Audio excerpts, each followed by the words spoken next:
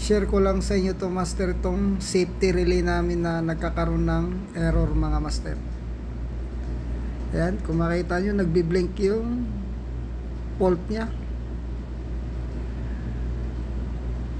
Itong safety relay na to master ay emergency stop pala yung interlocking nito.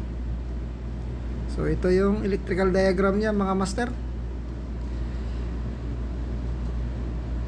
Itong safety relay na to ang nagkakaroon ng error mga master.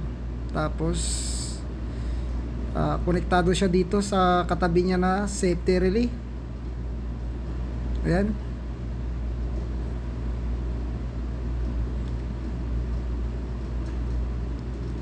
So yung safety relay na yun mga master ay emergency stop yung interlocking nito.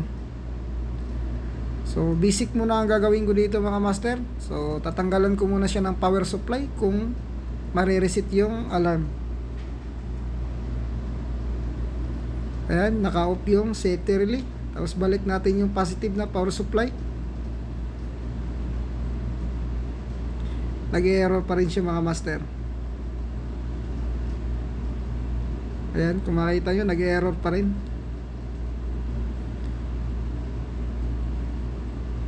So tatanggalin ko ulit yung power supply.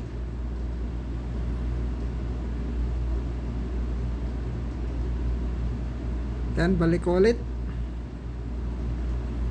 Nag-error pa rin talaga siya mga master. Yan.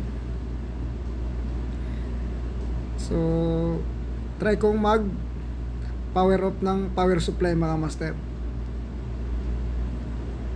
So yung una kong ginagawa dito ay ito yung basic na troubleshooting na pag ganitong klaseng problema ng safety relay mga master. So ngayon mga master ay in-on ko na ulit yung breaker.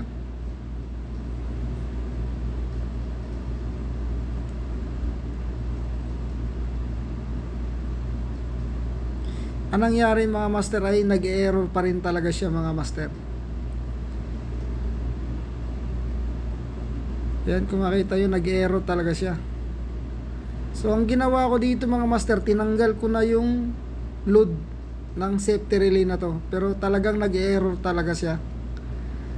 Kaya ang gagawin ko dito mga master, papalitan ko siya ng bagong safety relay. Talagang safety relay talaga yung sira nito. So ito pala yung bago na safety relay. Pinos S5 to mga master yung model nito.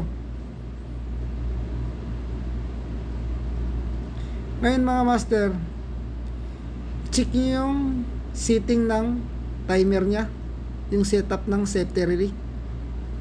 Yan, kung makita nyo. So gayahin nyo lang, kasi nga para hindi magbabago yung setup ng timer nyo. So kasi may timer kasi to, itong safety relay na to.